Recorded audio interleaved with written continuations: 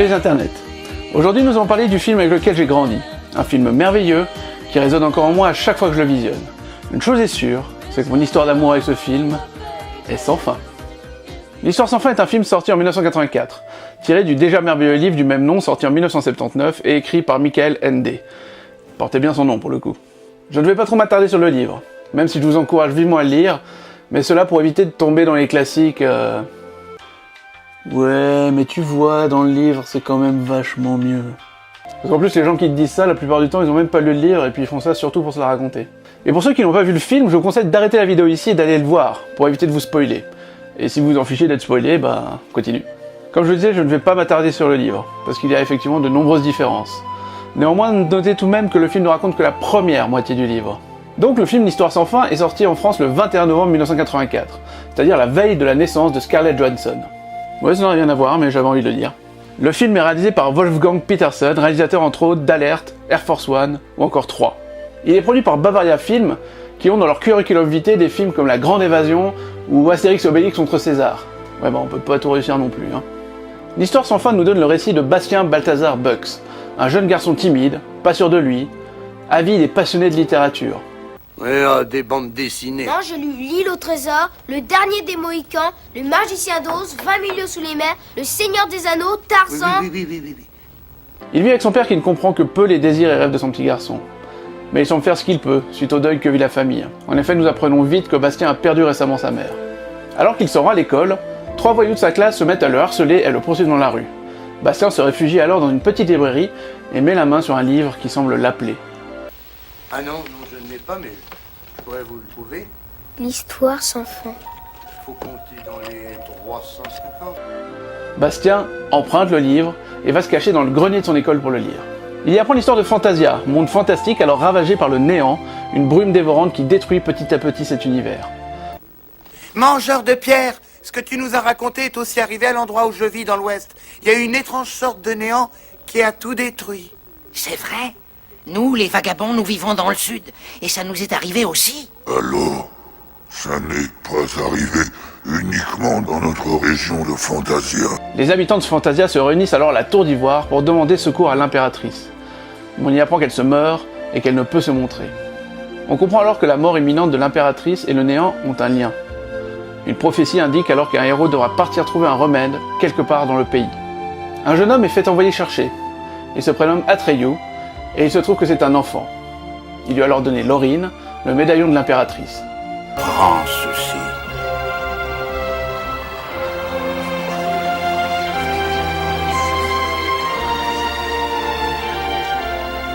Laurie.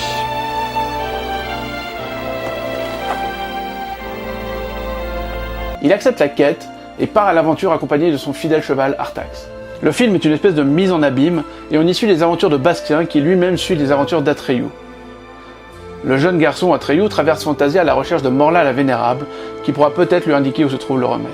Sur le chemin, Artax meurt, alors emporté par les marais de la mélancolie, dans une scène qui nous a tous fait pleurer. D'ailleurs, en tant qu'enfant, nous pleurons parce que c'est triste, un cheval qui meurt. Puis quand on revoit cette scène en tant qu'adulte, nous la voyons avec un autre œil, tout aussi mouillé d'ailleurs. Parce qu'en tant qu'adulte, on sait ce que peut représenter la mélancolie, la dépression chez les gens qu'on aime, et ce que ça fait de les voir s'embourber ainsi. Viens, Artax! Lutte contre la tristesse, Artax! Artax, je t'en prie, te laisse pas envahir par la mélancolie des marécages. Tu dois essayer, tu dois y arriver. Pour moi, tu es mon ami, je t'aime.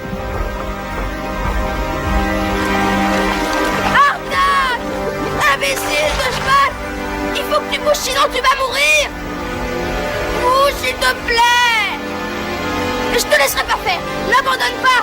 Artax! J'en prie!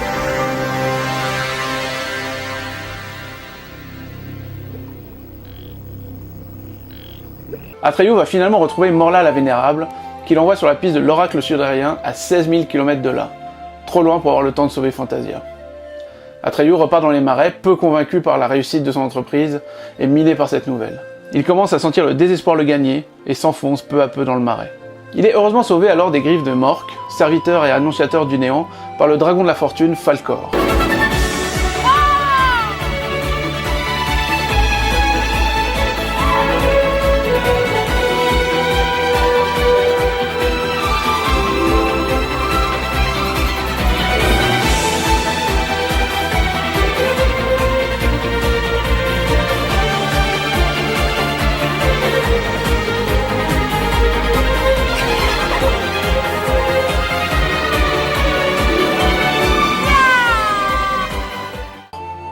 éternellement optimiste, Falkor l'emmènera jusqu'à son but final, l'oracle sudérien, après de nombreuses épreuves. Il y apprendra que le remède au mal qui ronge l'impératrice sera de lui trouver un nouveau nom. Atreyu décide de rentrer jusqu'à la Tour d'Ivoire, mais en chemin tombe du dos de Falkor et se retrouve face à Mork, qui l'affrontera.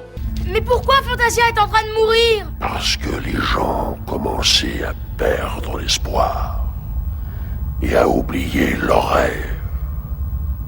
Alors le néant envahit tout.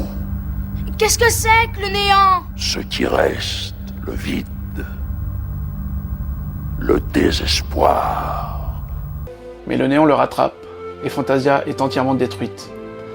Heureusement, la Tour d'Ivoire subsiste, et Atreyu et Falkor rejoignent enfin l'impératrice.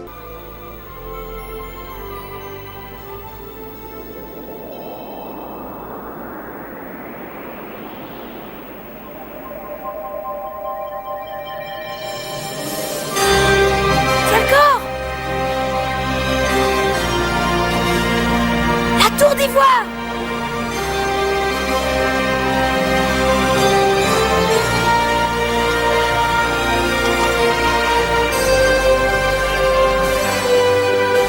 Et c'est le dénouement du film. On comprend que la personne qui doit donner un nouveau nom à l'impératrice est un petit garçon qui se trouve au-delà des frontières de Fantasia, en l'occurrence Bastien. Après de nombreuses réticences, Bastien décide d'abandonner son côté cartésien et donne un nom à l'impératrice. Bastien! Pourquoi ne fais-tu pas ce dont tu rêves, Bastien? Je voudrais le faire, mais je dois garder mes pieds sur terre! Dis mon nom! Bastien! Je t'en prie! Just do it! Sauve-nous! Très bien! Je vais le faire! Je vais vous sauver! Je vais faire tout ce dont je rêve! En français, il s'agit d'Arlina, probablement le nom de sa mère. Et en anglais, il donne le même nom que dans le livre, Moonchild, c'est-à-dire l'enfant lune. Bastien rencontre alors l'impératrice, qui lui explique que Fantasia pourra être reconstruit grâce à ses vœux et donc à son imagination. Le film se termine avec Bastien qui chevauche Falkor pour se venger des voyous qui l'importunaient. Le film a été tourné en Allemagne et à Vancouver. Il fut à l'époque le film le plus cher produit en Allemagne. L'été 1983 où il a été tourné fut tellement chaud qu'une partie du décor de la Tour d'Ivoire a fondu. Ce film a marqué l'histoire du cinéma et a marqué de nombreux enfants. Et a d'ailleurs tellement marqué le réalisateur à l'âme d'enfant Steven Spielberg que le médaillon utilisé pour le film se trouve sous une cloche sur son bureau. Pourquoi le film est-il si touchant? Déjà, il faut regarder le matériau de base. Le livre est un chef-d'œuvre fantastique, jouant avec facétie entre le merveilleux et le chimérique. Le film reprend ces aspects et compose avec les magnifiques décors parfois peints à la main. Et surtout une musique. Mais alors une musique. Le titre éponyme a été interprété par Limahl et Bess Anderson.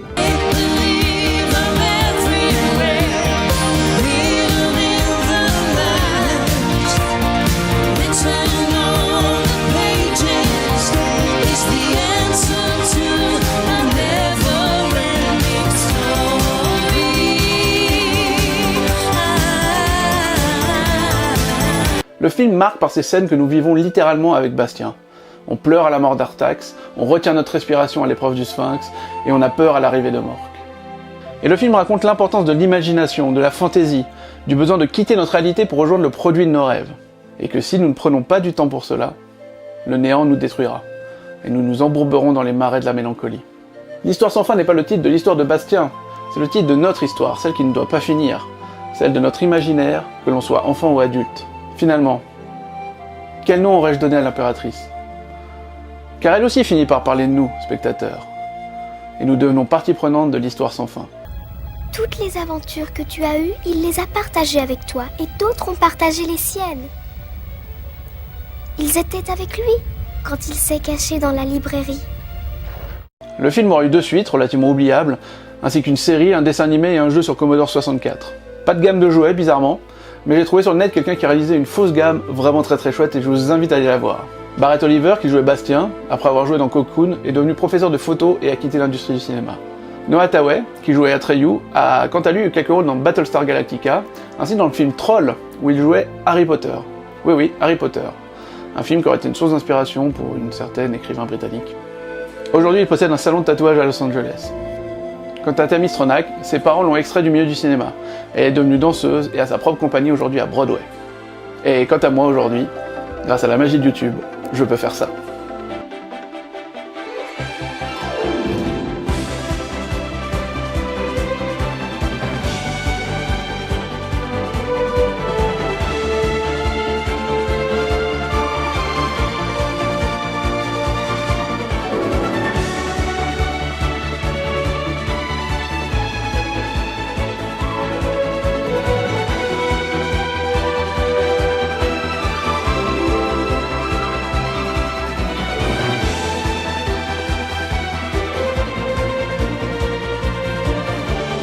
C'était Super Canard. Ciao.